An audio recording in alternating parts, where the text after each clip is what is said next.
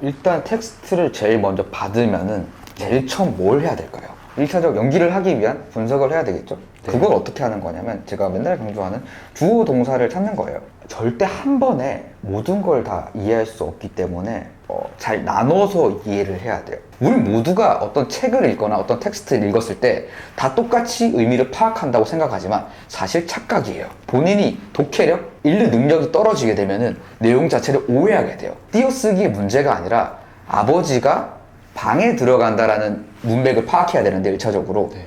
아버지 가방에 들어가는 걸로 착각해서 파악하고 있을 수가 있어요. 그렇기 때문에 1차적으로 말이 어떻게 쓰여져 있는지 파악을 해봐야 돼요. 레디 액션.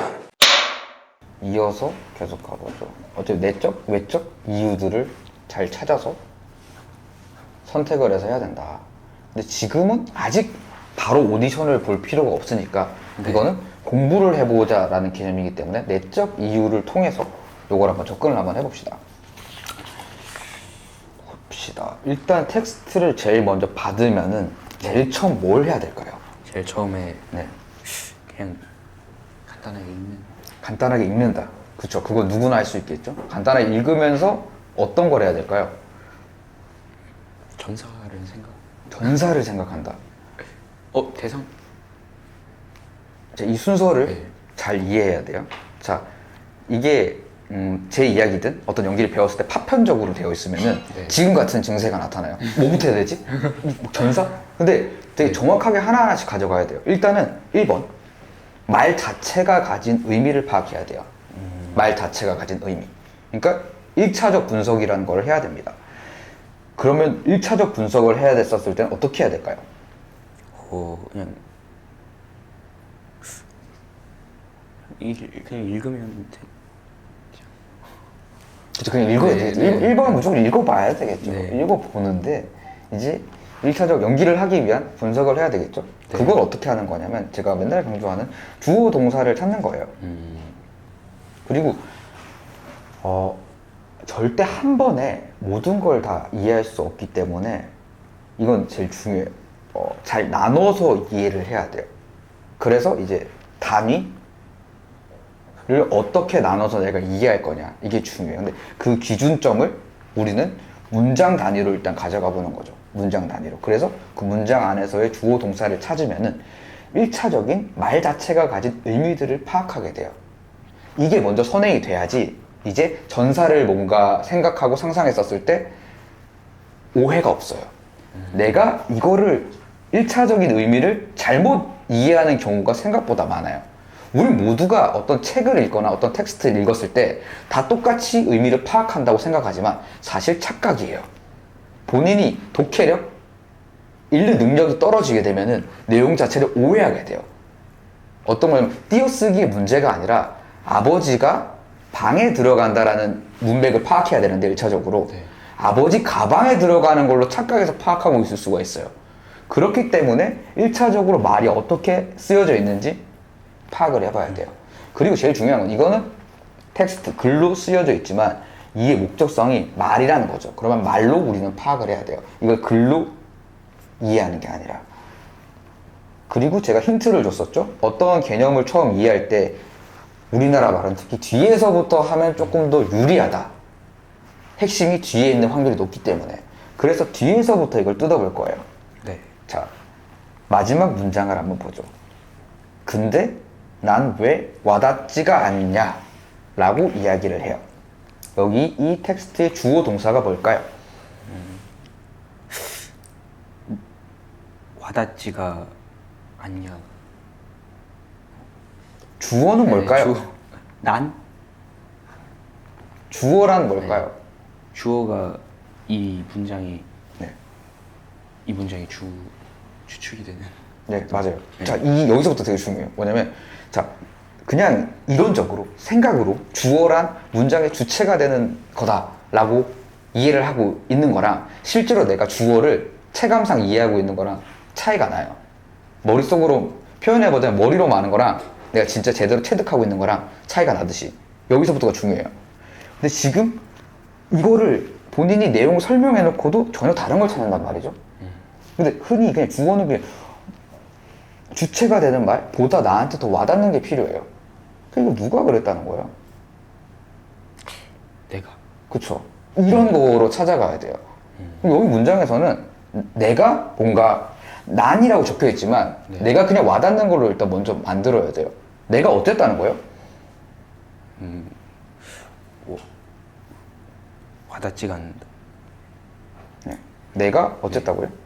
내가 와닿지가 않는다. 왜? 네. 내가 여기서 되게 중요한 거 하나만 짚고 갈게요. 이게 우리가 이제 학교를 다니면서 혹은 뭔가 누군가에게 뭔가 배우면서 우리는 항상 정답 맞추기 게임에 쉽게 빠집니다. 네. 나도 똑같아요. 물어보면은 예를 들어 잘 알고 있는 거야. 내 이름이 이성식인 건 나는 절대 까먹을 수 없는데 갑자기 압박감을 줘. 너 이름이 뭐야? 이름이 뭐죠? 이렇게 돼버려 사람이. 네. 근데 방금도 똑같아. 별거 없어. 근데 난 왜 와닿지가 않냐라는 아주 심플한 문장에서 네. 주어가 나라는 거, 내가라는 걸 찾았어요. 네. 그럼 동사가 뭐예요? 동사가 아니야. 아니야. 네. 동사라는 개념 자체는 뭘까요? 이 주어의 네. 행동? 그쵸. 네. 행동이에요. 그럼 행동이 뭐가 있을까요? 난 네. 왜? 왜가 왜? 내가 왜가 왜 나오죠? 내가 와닿다. 와닿다. 이거 별게 안 적혀있는데 되게 헷갈리죠? 네. 왜 헷갈릴까요? 자, 여기서 이 개념을 잘 탑재해야 돼요. 네. 자, 우리나라 말에는 생략된 부분이 상당히 많습니다. 생략된. 이 생략된 거에 대한 개념을 이해해야 돼요. 그리고 축약된도 있어요. 내가 어쨌다는 거예요. 그냥 심플하게 그냥 했었을 때. 내가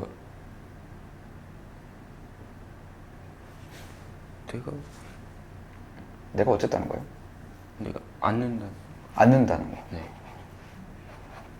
내가 않는다는 거. 근데 그게 않냐로 돼 있잖아요. 네. 그죠? 그러면 주어가 내가예요. 나는 않냐. 이렇게만 하면 좀 이상한데요? 이거 되잖아요.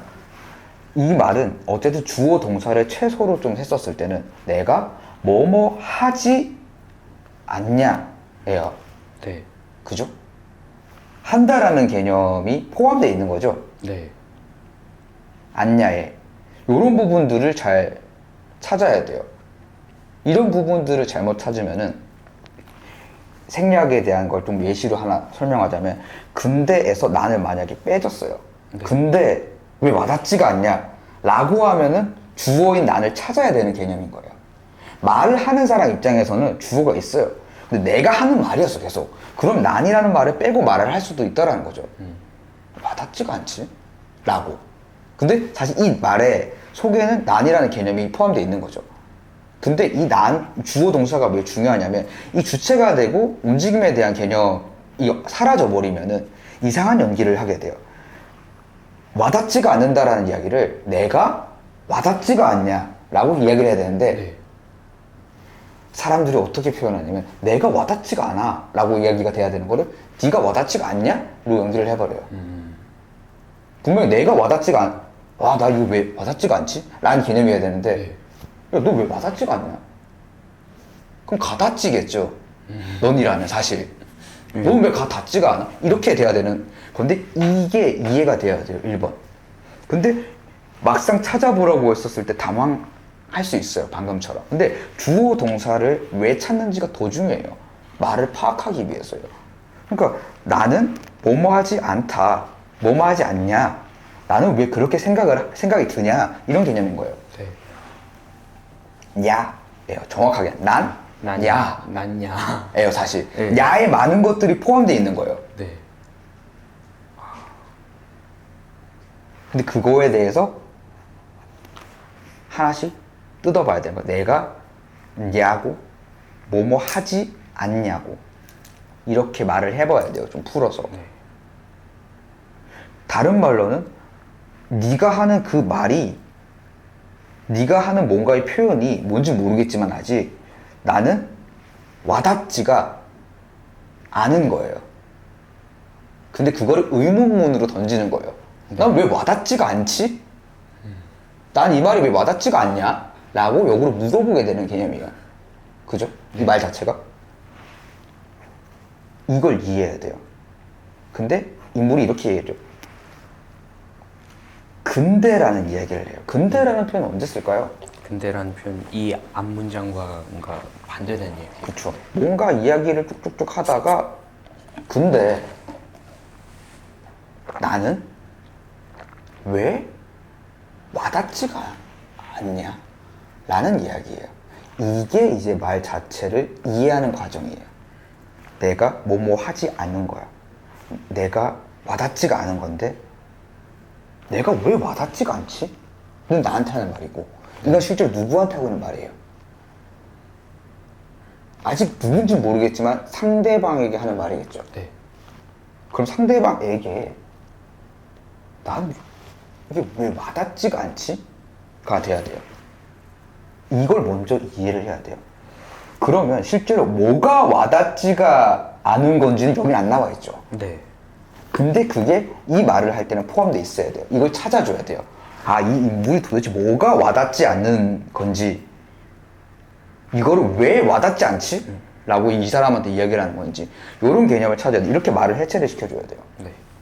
나는 뭐 맞냐? 그래서 이거를 이제 이 순서대로 우리는 어쨌든 연기를 해야 되기 때문에 이거를 이런 식으로 한 음절 단위든 어절 단위든 나눠서 이제 해보는 거예요. 자, 하나씩 가볼게요. 뒤에서부터. 뭐뭐 하지 않냐라는 개념부터 가볼게요. 제가 질문을 던질 건데 그거에 대한 답변만 하시면 돼요. 제 말을 잘 듣고. 네. 이게 뭔가 한다는 거예요? 하지 않는다라는 거예요? 한다는 거. 그쵸, 한다는 개념이죠. 뭘 한다는 거예요?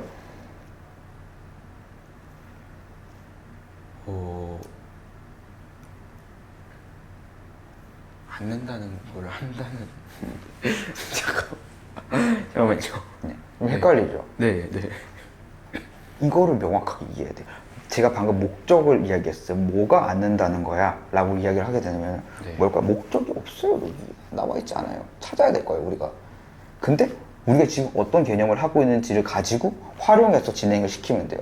그러니까 사실 애초에 말이 되는 걸 가지고 우리가 지금 하고 있는 게 아니에요. 하면서 내가 어떤 개념들을 심어줘야 되는지를 가지고 하고 있는 거기 때문에 거기에 너무 집착할 필요가 없어요. 한다는 거예요? 안 한다는 거예요? 안 한다는 거. 네, 안 한다는 거죠.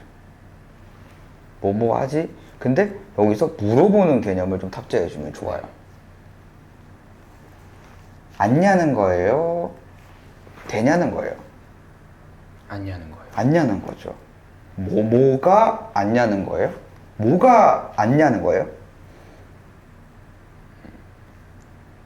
닿지가. 그쵸. 닿지가 않냐라는 거예요. 네. 그죠? 근데 어떻게 닿지가 않냐라는 거예요?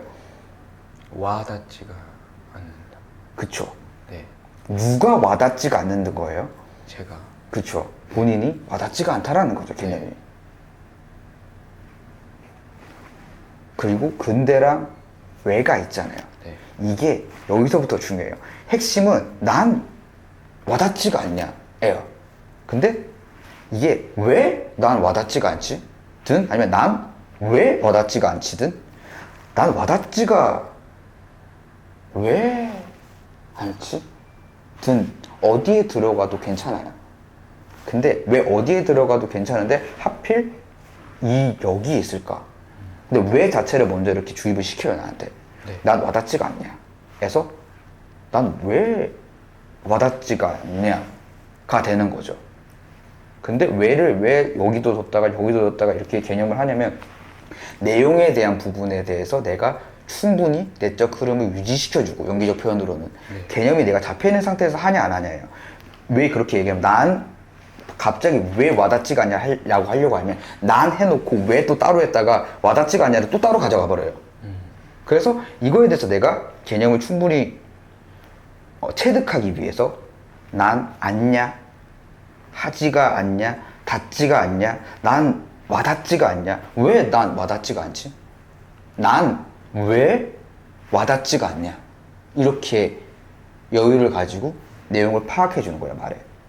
근데 뭔지 모를 때 뭔가 이야기가 있었어. 그렇기 때문에 알겠는데, 근데 난 왜 와닿지가 않냐?가 되는 거죠. 여기까지가 이제 1차적으로 말을 파악하는 거예요. 이거를 먼저 해야 돼요. 여기에 수많은 것들 막 들어가 있는 것들, 막 인물에 대한 부분들, 상황에 대한 것들, 여기 안에 들어가 있는 사건, 뭐든 다 좋은데 이걸 절대 한 번에 할 수 없어요. 여기서부터 디벨롭해서 가야 돼요. 무슨 얘기인지 알겠죠? 이 말부터 먼저 파악을 해야 돼요. 뭔지 모르겠지만 뭐뭐 하지 않냐, 뭐가 어떤 게 닿지가 않냐, 이렇게 가져야 돼요. 네. 혼자 자문자답을 하면서 간다라는 게 이런 방식으로 연습을 하는 겁니다. 근데 이 자문자답에 지금처럼 약간 말 자체가 이 글이 아니기 때문에 복잡해지면은 뭐라고 물어봐야 되지가 생겨요, 또. 그럴 때 뭐라고 물어봐야 되지에 집착할 게 아니라 하나씩 내가 개념을 해체시켜 보는 거예요. 아, 뭔가 닿지가 않은 거구나, 이 사람이. 근데 닿지가 않냐라고 물어보는 거구나. 그러니까 근데 가닿는 것도 아니고 와 닿지가 않냐, 왜 와 닿지가 않냐가 되는 거예요. 그리고 이 왜에 대해서도 또 다른 개념이에요. 또 다른 개념이 뭐냐면 나는 와 닿지가 않냐라는 개념이잖아요, 그죠? 네. 이 왜는 누가 하는 왜예요? 왜 제가 하는 왜? 그쵸? 근데 내가 만약에 이거를 난 왜 와닿지가 않냐 라고 하는 거랑 난 왜 와닿지가 않냐 랑 어떤 차이가 있는 것 같아요, 혹시? 포즈가 예. 있는 것 같습니다. 그죠? 물리적으로 외적으로 봤을 때 포즈가 있는 거죠. 이 개념이 조금 다르다는 거예요. 내가 지금 하고 있는 이 주체가 되는 주어가 내가 뭔가가 와닿지가 않아. 난 왜 와닿지가 않냐? 의 왜는 좀 따로 봐줘야 되는 게 있어요. 뭐냐면 여기 난이고 왜도 내가 하는 게 맞는데 이 여기서 말하는 난과 왜는 좀 달라요. 네. 그러니까 더 안에 들어가 있는 개념이에요. 큰 개념으로는 내가 뭐뭐 하지가 않냐, 닿지가 않냐, 와닿지가 않냐. 나는 이게 왜 와닿지가 않지?가 돼야 돼요. 그러니까 이 왜 하나에 또 다른 문장 개념이 있다라는 거예요. 네. 그럼 근데는 당연히 근데도 그거겠죠. 전 이야기들이 있어야 돼요. 전 이야기들. 근데 자체에도 주어 동사가 있다라는 거예요. 개념이 확장해서 보자면은. 근데 내가 이 난만 가지고 근대를 소화하려고 하면 힘들어요. 이 근대는 뭐가 근대라는 걸까요? 그 앞에 있는 문장에 대해서 그렇죠. 근데라고. 어쨌든 이 앞에 있는 문장에는 어떤 한 인간을 존나게 집착하다 보면은 말로 설명할 수 없는 이상한 신경 같은 게 생기거든 이라고 이야기를 했죠. 이 말은 이 개념적으로 좀 설명을 하자면은 그런 의미겠죠. 이렇게 된다, 이렇게 되는데 그게 아닌 거죠. 이렇게 돼야지 맞는데. 그러니까 무슨 말이냐면 어떤 한 인간에 충분하게 집착을 하다 보면은 말로 설명할 수 없는 이상한 신념 같은 게 생기거든? 그게 생겨야지 맞아. 근데 난 왜 와닿지가 않냐? 뭐가 와닿지 않냐라는 걸까요? 앞에 거까지 이어서 봤었을 때. 그 이상한 신념? 네. 그러니까 이 사람에 대한 게 와닿지가 않는 것 같아. 내용. 자, 여기서부터 이제 조금씩 작품 안으로 더 들어가는 거예요. 이걸 자꾸 파들어가는 거거든요.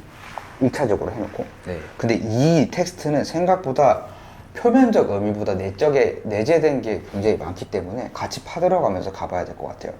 누가 와닿지 않나는 거예요? 내가 와닿지가 않는다. 아, 대상. 그쵸. 이래서 네. 1차적 분석 다음에 이게 2차적 분석이에요.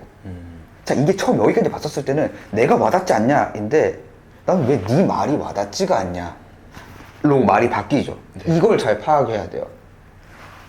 자, 이거를 계속 이야기한다라는 게 어떤 개념이냐면 조금만 더 앞에서부터 봐볼게요. 이 사람이 어떤 얘기를 하냐면 나는 이 선생을 안다 라고 이야기를 하죠. 그것도 아주 오랫동안. 그리고 네가 생각하는 것보다 훨씬 오랫동안 이 선생 하나 보고 내가 여기까지 왔어. 그죠? 그래서 네. 너는 그걸 아냐? 이게 어떤 한 인간을 존나게 집착하다 보면은 말로 설명할 수 없는 이상한 신념 같은 게 생기거든. 그 신념이 나한테 생겼어. 그럼 내가 바로 간파가 된단 말이야, 네가. 네. 근데 난 왜 네가 와닿지가 않냐고. 라는 이야기가 되는 거예요. 이걸 이해해야 돼요. 근데 이걸 1차적으로도 안 뜯어보면은 여기까지 갈 수가 없어. 그러면 이거를 껍데기로만 연기하게 되면은 힘들어져요. 뭘 연기해야 될지 몰라지는 거야. 그래서 이 1차적 분석과 이어서 2차적 분석을 같이 병행하면서 가져야 돼요. 조금 이해가 됐죠?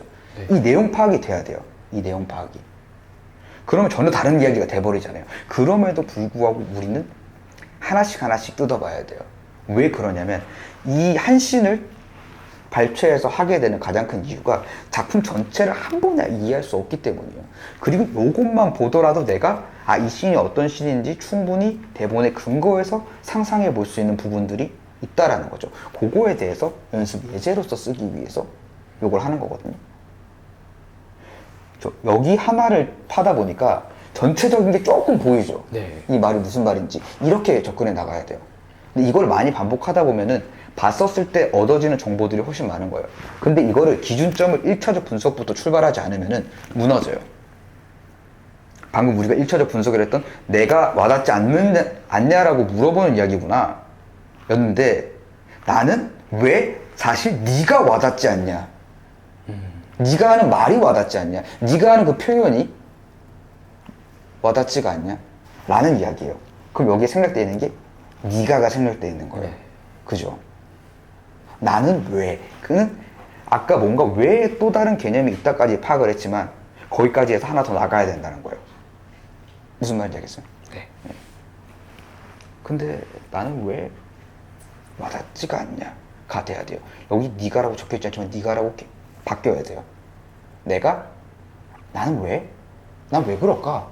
나는 아무리 잘 생각을 해봐도 네가 하는 그 이야기, 그게 나한테 와닿지가 않다라는 이야기예요.